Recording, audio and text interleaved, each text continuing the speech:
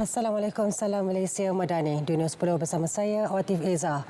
100 daripada 207 pusat kesihatan asas di kawasan konflik di Lubnan ditutup dengan angka mangsa yang cedera terus meningkat. Sekurang-kurangnya 100 individu terbunuh dalam serangan terhadap kemudahan kesihatan. Ketua Pengarah WHO, Tedros Adhanom Ghebreyesus memaklumkan penutupan itu akibat peningkatan keganasan. 5 hospital telah ditutup berikutan kerosakan struktur susulan serangan. Sistem kesihatan kini bergelut dengan kekurangan sumber manusia dan kapasiti. Sejak 1 Oktober, Israel menjalankan operasi darat terhadap Hizbullah di selatan Lubnan.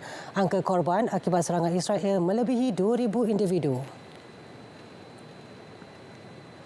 15 orang lagi terkorban akibat serangan Israel ke atas 3 kampung di kubu kuat Hizbullah di Beirut, Lubnan. Serangan Israel ke atas Barja di daerah Shauf menyebabkan 4 terbunuh dan 18 lagi cedera. Di bandar Debila, 2 lagi maut dan 4 cedera akibat serangan Zionis yang menyasarkan rumah penduduk di selatan Lubnan. Nabatiyeh, bandar utama di selatan Lubnan yang terletak 12 km dari sempadan Israel, musnah teruk apabila menjadi sasaran serangan rejim Zionis. Penduduk terpaksa mengosongkan bandar itu yang merupakan pusat institusi awam, hospital dan cawangan Universiti Lubnan. Sejak 23 September, tentera Yahudi Israel telah mengebom timur Lubnan serta selatan Beirut. 2,255 orang maut di Lubnan sejak perang tercetus di Gaza setahun lalu. Nicaragua memutuskan semua hubungan diplomatik dengan Israel. Langkah itu dibuat sebagai tindak balas terhadap genosid Zionis berlanjutan ke atas rakyat Palestin. Palestin memuji kenyataan rasmi Nicaragua kerana tindakan berterusan lebih setahun rejim Zionis terhadap penduduk Gaza. Ia sebagai tanda solidariti terhadap rakyat dan kerajaan Palestin yang menderita akibat kekejaman Israel.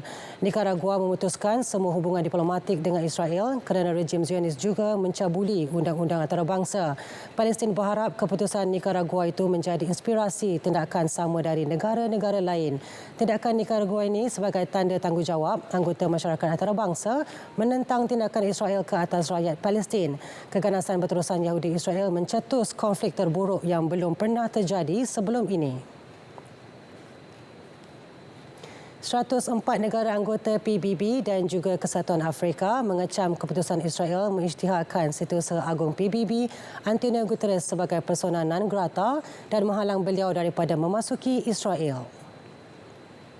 Kesatuan Afrika termasuk Turki mengkritik keputusan Menteri Luar Israel Katz yang melabelkan Antonio Guterres. 104 negara tersebut mengesahkan sokongan penuh terhadap Setiausaha Agung PBB serta usaha Antonio Guterres menyelesaikan konflik di Asia Barat. Kumpulan itu turut menggesa semua pihak menghormati kepimpinan PBB dan misi keamanan antarabangsa. 104 negara menuntut Israel patuh kepada undang-undang antarabangsa termasuk resolusi PBB yang berkaitan situasi di Asia Barat. Israel menuduh Antonio Guterres gagal mengecam Tehran atas pelibatan dalam serangan roket terhadap Zionis baru-baru ini.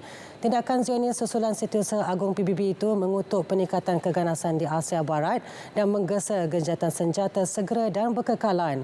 Sebelum ini, Majlis Keselamatan PBB meluluskan rancangan genjatan senjata Israel Gaza dan menggesa negara asing hulur bantuan kepada Israel. Sementara itu, tentera Israel terus melakukan 5 serangan di semenanjung Gaza menyebabkan 49 lagi rakyat Palestin terbunuh dan 219 lagi cedera. Pihak berkuasa kesihatan Palestin mengesahkan jumlah kematian rakyat Palestin akibat serangan Israel sejak 7 Oktober 2023 meningkat kepada 42,175 orang, manakala 98,336 individu dilaporkan cedera.